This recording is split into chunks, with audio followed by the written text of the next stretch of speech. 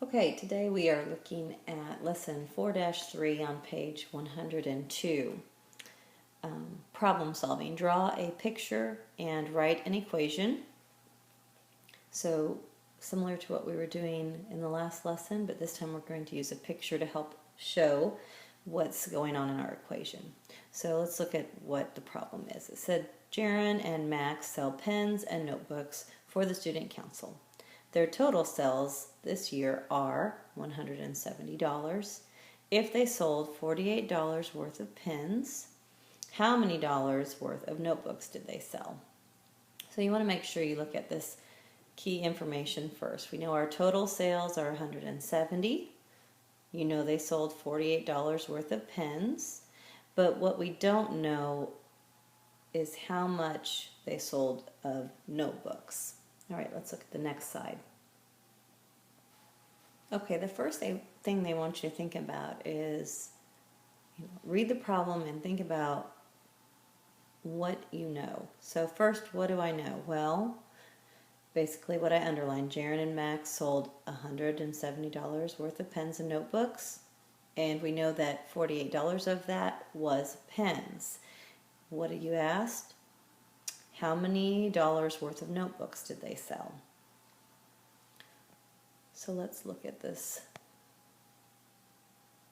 equation. So plan and solve. They want you to draw a picture. Use a picture to represent the problem and write an equation. So they want you to say, let S, our variable is going to be S, equal the sales of notebooks in dollars. And what they end up doing here is they're making this strip. And we're going to be working with strips in this chapter. So here we have all together, notice this green line up here, all together, here's this little dash, from one end, right here, right, all the way to the other. It's saying this, all of this totals $170. So S all the way through the 48. And we know that we have $48 sold of pens, but we don't know what S is. So they want you to understand that if you set it up this way, it helps you see that S, number of sales of notebooks, plus 48. See, here we have it so far. $48 equals this total amount altogether, which is $170. So we drew a picture with these strips. Total amount sold for notebooks, S. $48 we know is sold for our pens. And we wrote it into our equation, and we know it equals, here's our pen balance, remember, this $170 total, which is why that mark, which I wrote all over here, you can see how it is marking that all of this from here to here is $170.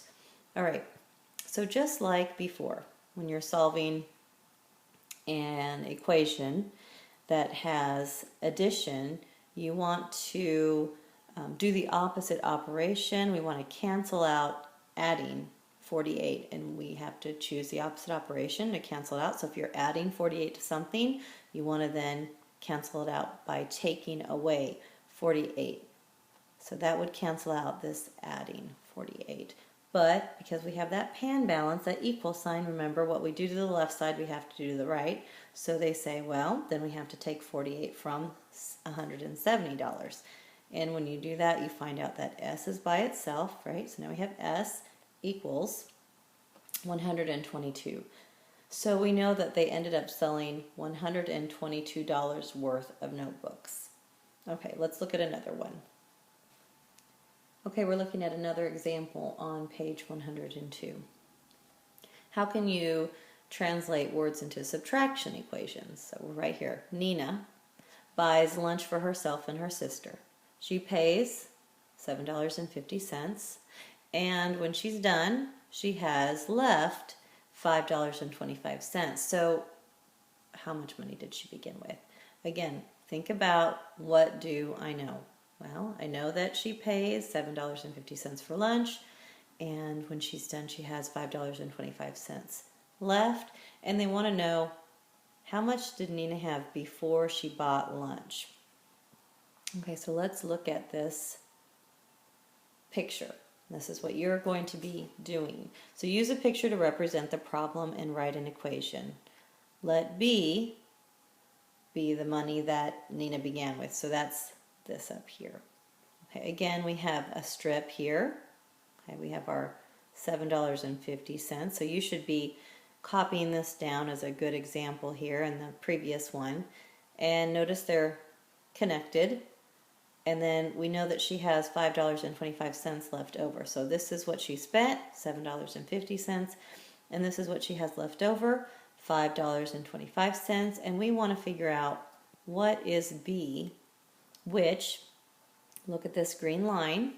So it's saying, well, from here, which is all the way down, at this end, to here. Okay, I'm going to go back to my blue pen. From here to here. All of this, so it's saying a total of $7.50 and $5.25 is what B is. Okay, so my book on the computer doesn't have exactly what's in your book, so I'm going to have to write it. What we know is that B, the money that Nina had before, minus the $7.50 she spent on lunch, gave her $5.25. Okay, so again, we have to do the same thing as before. We're looking at this equation. We have our pan balance here. We want to balance it. And we see that we're taking away $7.50. So what's the opposite operation? Adding. So to this side, we need to add $7.50 to cancel each other out. And that means to this side, we need to add $7.50.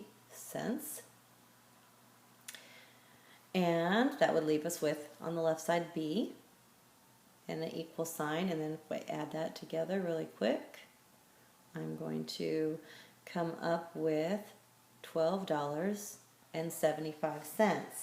So you can see that we're solving these equations. We're using the opposite operation so we can get the variable by itself. And we want to use these strips to help visualize this. Okay, your homework is to do the guided practice on page 103. For number 1, okay, you're going to draw a picture with the strips just like we have, and then you're going to write an equation and solve it. Okay, so draw a picture, write your equation just like I did in the past 2 problems, and solve it. Solve for your variable that you choose. It says Drew sold lemonade and apples at the school fair. She sold a total of $64. If she sold $21 in lemonade, how many dollars worth did she sell of apples? So you're going to solve for, I guess you could say, A, apples. Look at number 2. It says in the example at the top of the page, up above there in the question with the notebook sales and the pen sales, how can you use estimation to know if the answer is reasonable? And then a really important question is, in that example at the top of the page again, how can you check to make sure your answer is right? Okay, so you have 3 questions to answer, and don't forget to come to class with a question for your classmates or myself. See you tomorrow.